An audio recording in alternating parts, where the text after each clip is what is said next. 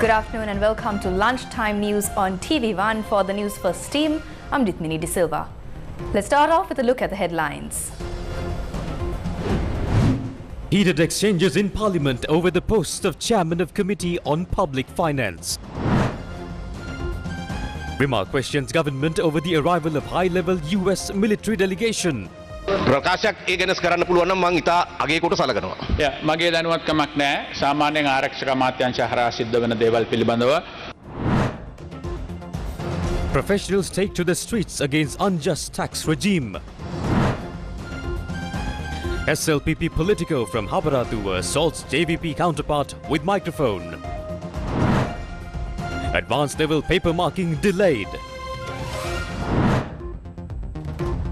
If local government elections are delayed, all local government bodies will come under the Commissioner from 20th of March.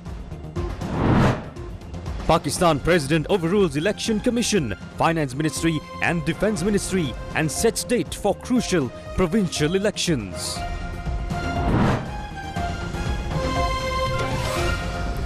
Pakistan's President Arif Alvi has taken a unilateral decision to hold elections in 2 provinces of Pakistan on the 9th of April, despite the efforts of the Election Commission to postpone the elections. Of Pakistan says it needs 15 billion Pakistani rupees for the 2 provincial elections, which apparently the Finance Ministry is reluctant to provide. The Pakistani government is in deep financial trouble as it is heavily in debt to China and other global leaders and has sought an emergency bailout from the International Monetary Fund. Skyrocketing inflation caused by financial instability has caused deep political instability. However, the Elections Commission of Pakistan immediately responded that it would seek the advice of the Attorney General of Pakistan to possibly fight the President's decision in court, which would pave the way for the Supreme Court of Pakistan to have the final say. Moving on to local news, if the local government election is not held as planned, all local government bodies will be moved under the control of the Commission from the 20th of March as the tenure of the local government institutions ends on that day.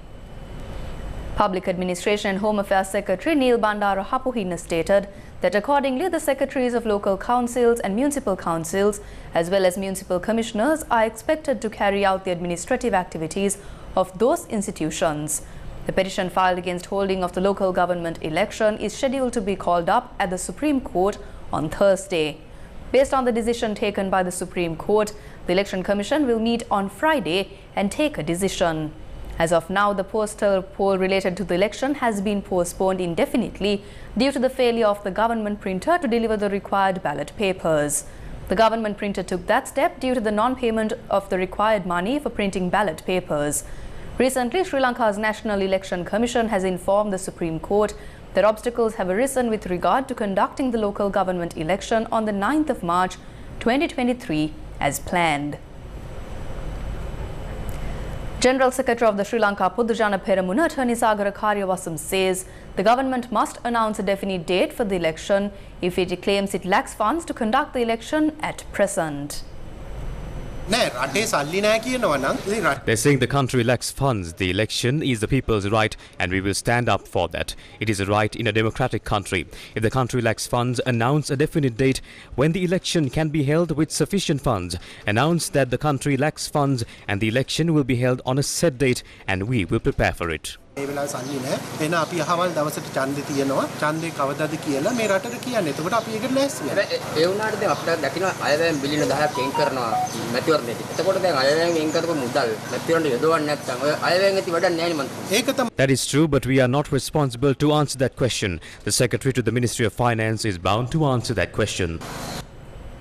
Wasantha Samarasinghe, the Jatika Jana Balawege Anuradhapura district leader, says that the government is taking every measure to postpone the election.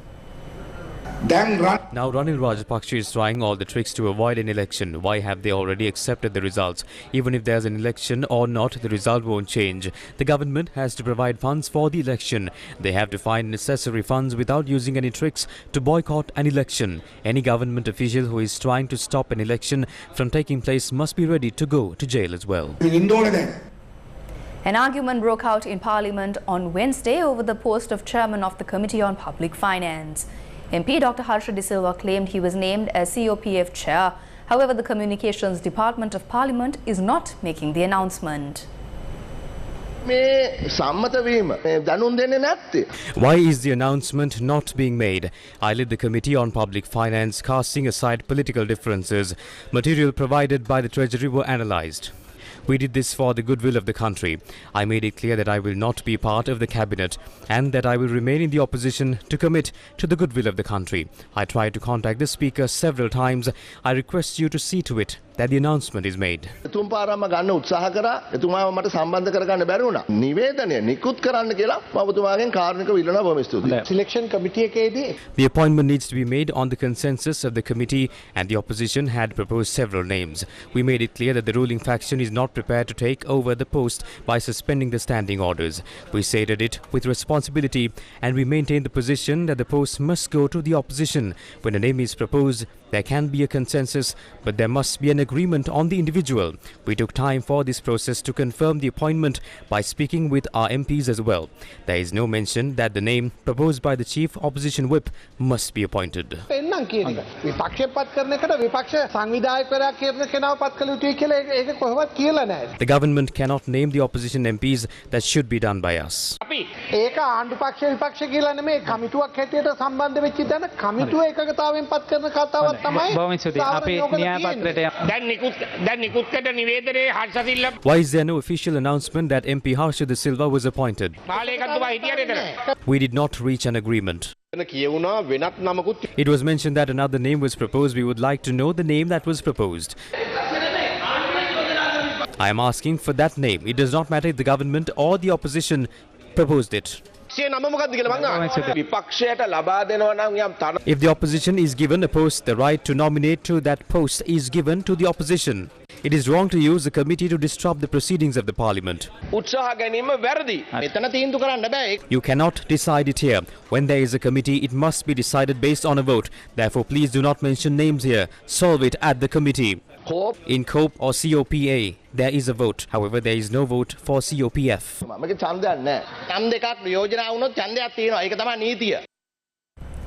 MP Vimal Weerawansa raised questions in Parliament over the recent visit to Sri Lanka by a high-ranking US delegation.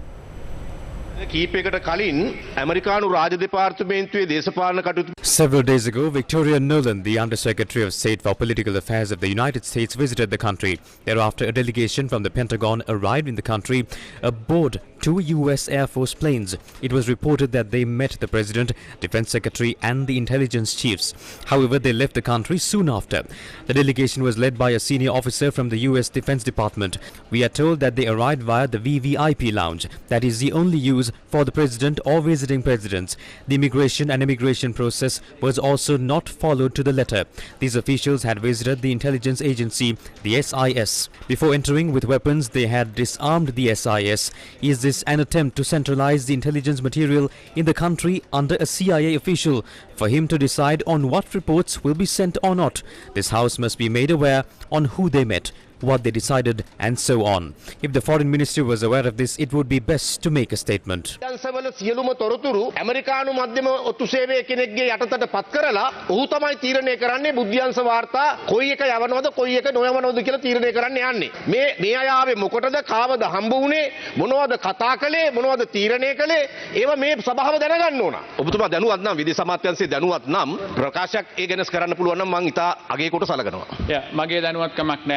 I am not aware of this. These are matters that go through the Defence Ministry. I am not aware of that. The Professionals Trade Union Collective has decided to launch a nationwide protest on Wednesday against the unjust tax policy. The main protest is currently underway opposite the Fort Railway Station in Colombo. Over 40 trade unions will be taking part in this protest. The protesters allege that the new tax policy is unjust.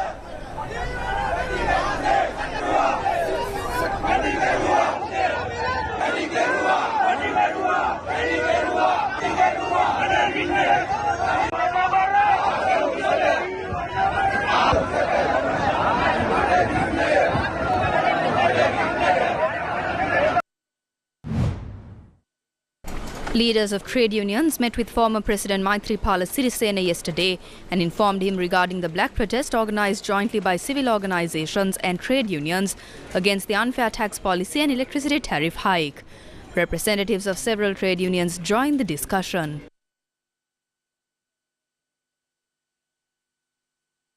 අපි හෙට ආරම්භ කරනවා කළු සතිය විරෝධතා සතිය. ඒක තමයි වැටුප් සතයකින් වක්වත් වැඩි නොකට. බහන්න මිල රජය සහ කළු කඩේට බාර දී ඒක අසීමිතව වැඩිකොට. We will commence a black week of protests from tomorrow without increasing salaries. Prices of goods are increased by the government, while the price of oil and coal is reducing in the global market. Domestic fuel prices and electricity tariffs are increased, and we call for these prices to be reduced. According to labour laws, we have obtained loans amounting to less than 50% of the salary, and the interest is being charged at 300%. So ports, fuel supply, electricity, water supply, banks, universities, health service, engineers and all other sectors will commence the black protest week, demanding to reduce taxes, electricity and water tariffs and interest rates. If solutions are not provided by the 28th of February, we will bring the country to a standstill by halting all essential services without a warning. ජල සහ විදුලි ගාස්තු අඩු කරනු එසේ අඩු කරන්න අපි දෙනවා 28 වෙනිදා දක්වා 28 කටයුතු නොකළොත් කිසිදු දැනුම් දීමක් නැතුව රටම නවත්තනවා සීල අත්‍යවශ්‍ය සේවා. A discussion on the Prevention of Terrorism Act took place in Colombo on Tuesday. මේ පනත ඊටාම කුරිරු පනතක් නිදහස සීමා කරන පනතක්.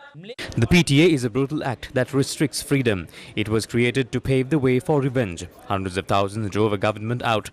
However, because they cannot accept that mandate, they labelled it as terrorism. Is the Public Security Minister the one who serves justice? Who is he to place that label? Due to public uproar, they have understood that the government cannot do whatever they want.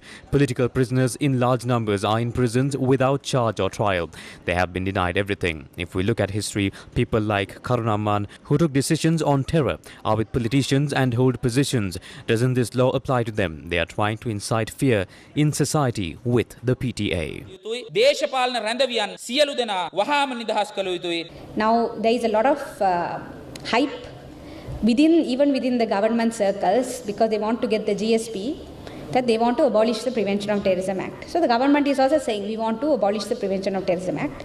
But the last time the government said we want to abolish the Prevention of Terrorism Act, they came up with something called the Counter Terror Act, and several lawyers who have appeared for PTA cases, who know what the PTA is, supported this Counter Terror Act as more progressive than the Prevention of Terrorism Act. So this time also, the government is going to do that. There's a lot of pressure from, let's say, the European Union to abolish the Prevention of Terrorism Act. But the European Union does not say anything about the new counter-terror legislation which the government is going to bring. For the last 30-40 years, the Prevention of Terrorism Act has been used against people who have spoken against the government, innocent people, people who have been scapegoated by the government. Then the counter-argument is brought in. What happens when an offence like a mass-scale violence happened? What happens then? We have penal code offences under the ordinary law where people can be punished for mass-scale violence. And if that is not adequate, an amendment to the penal code can be brought in. But all other protection given to all other suspects ought to be given to the so-called terrorist suspects also.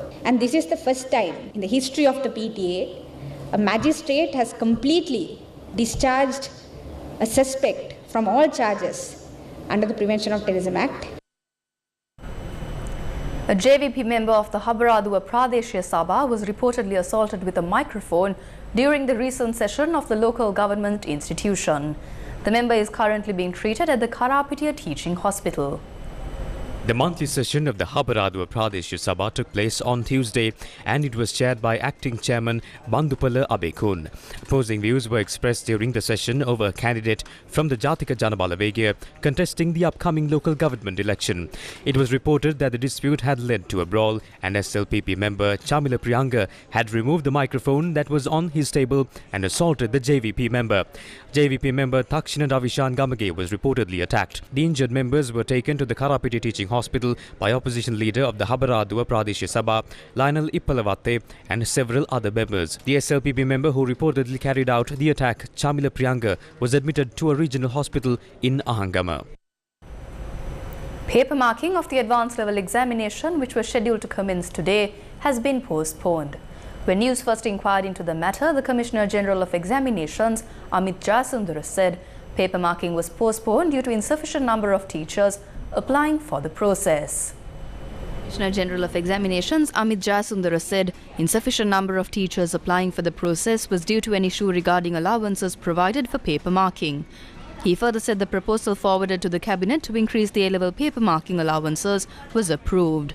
He said it was forwarded to the Treasury Secretary and as soon as it is approved, the allowance will be increased and applications for paper marking will be called once again. From the numbers of teachers required for paper marking, a sufficient number has not applied. Why have they not applied? The allowance provided for paper marking is insufficient. Education Minister Susil Premajantha presented a cabinet paper to increase allowances for paper marking this year. Although it was approved, the payment hasn't been made. Before paper marking commences, the relevant circular must be issued, but it hasn't been done. Therefore, paper marking is facing an uncertain situation. A conference was held yesterday at the National Library and Documentation Services Board, themed Respect the Mandate of the People is 13 the solution.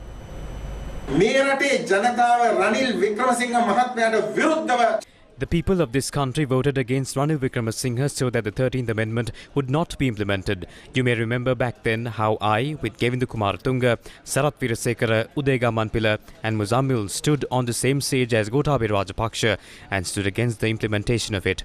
Using the votes of 6.9 million people who voted back then, Ranil Wickremesinghe has no ethical right to implement the 13th Amendment. ක්‍රියාත්මක කරන්නේ ඒ 69 ලක්ෂයක ඡන්දයෙන් බලයටපත් වෙලා 13ව ක්‍රියාත්මක කිරීම සඳහා කිසිම ආකාරයක සදාචාරාත්මක අයිතියක් වික්‍රමසිංහ මහත්තයාට නැහැ. රනිල් වික්‍රමසිංහ මහත්මයා බැලුවා එතුමාට ඉතින් කොහොමද කිසි ප්‍රසාදයක් නැහැනේ අපි කාගේවත්. නමුත් දෙමළ සහෝදර ජනතාවගේ ප්‍රසාදය දිනා ගන්න තමයි මේ 13ට එතුමා අත තිබ්බේ. එතුමා සාමාන්‍යයෙන් ඔය Ranil Wickremesinghe does not have our approval, but the reason for him to try to implement the 13th Amendment is to win the approval of the Tamil community in Sri Lanka. That is what he tried to do this time. Then why do the politicians of this country not interact with our fellow Tamil citizens? Why do we not get to discuss with Tamil political parties? Why is everything handed over to these politicians? This is a matter of the people. Do politicians own this country? Who are we then? Is this the purpose of our birth, to vote for these people? Since way back then, we were fired with tear gas, shot and put through many more things. But we are still here. Why do we not get to discuss these matters with our fellow Tamil citizens?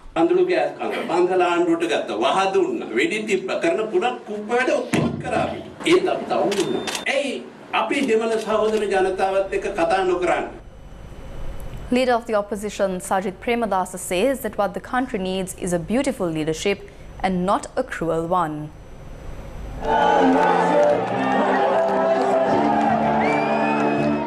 The opposition leader attended a public rally in Nochiagama to muster support for the local government election.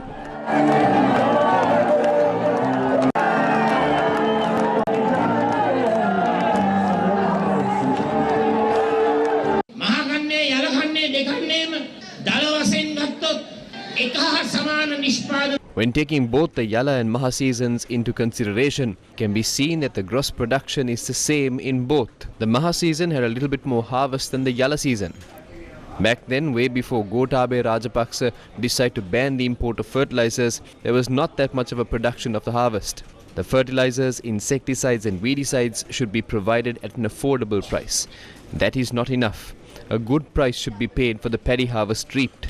Now do you get 130 rupees? How much do you get these days? They pay only 70 rupees per kilo. Also, how much is a bundle of fertilizer at present? How much do you pay for weedicides? What is the price of insecticides? How much is urea, MOP and TSP? Do you actually think that those who make decisions regarding these things even know anything about MOP or TSP? They do not know. You live on earth. They live in the clouds. They do not understand the heartbeat of the people. They do not understand the woes of the people. Friends, understand at least now that the leadership that this country needs is not a cruel and abusive one. It needs a beautiful leadership that loves the people.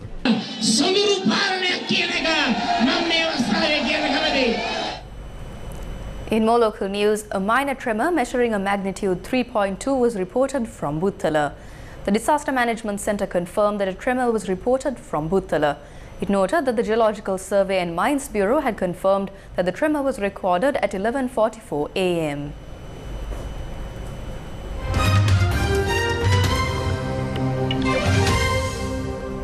In a forceful show of resolve, President Joe Biden addressed the world on Tuesday from Warsaw, Poland, just days ahead of the one-year mark of Russia's brutal invasion of Ukraine.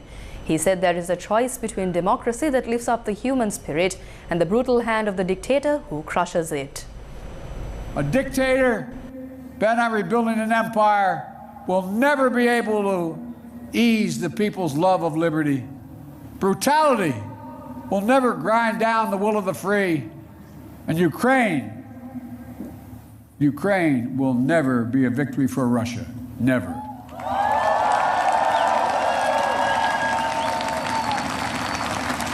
For free people refuse to live in a world of hopelessness and darkness. You know, this has been an extraordinary year in every sense. The decisions we make over the next 5 years or so are going to determine and shape our lives for decades to come. That's true for Americans. It's true for the people of the world.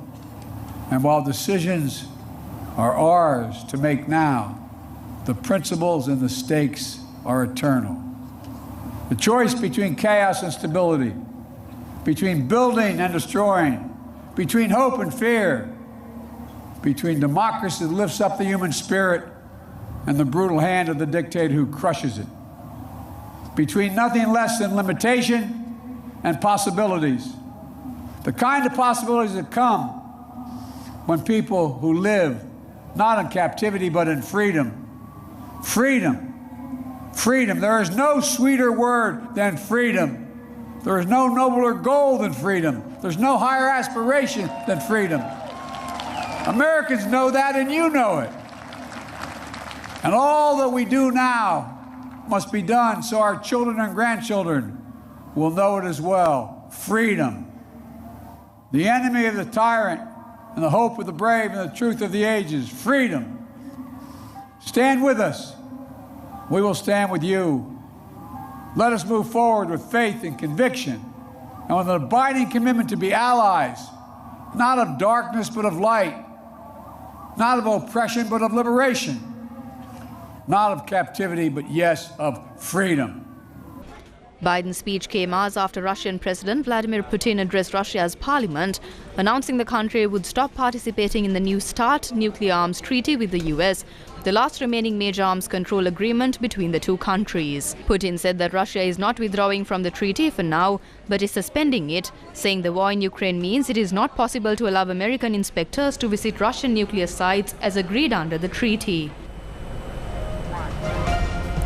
That's a wrap of the lunchtime news. Join us again at 1:30 on an hourly news bulletin, The Brief at 30. ඇත්ත කෙටියෙන්, දත්ත වැඩියෙන්, cyber අවකාශයේ කලබන වුවත් සලකුණ. News First YouTube channel අදම subscribe කරන්න. News First ජනතාව සමග. News First News Alert ඔබේ ජංගම දුරකථනයට ඔබ ඩයිලොග් පාරිභෝගිකයෙක් නම් English Alert සේවාව ලබා ගැනීමට NFU ලෙසත් Singlish Alert සේවාව ලබා ගැනීමට NUS ලෙසත් Tanglish Alert සේවාව ලබා ගැනීමට NAT ලෙසත් ටයිප් කර 678ට සෙන්ඩ් කරන්න. News First ජනතා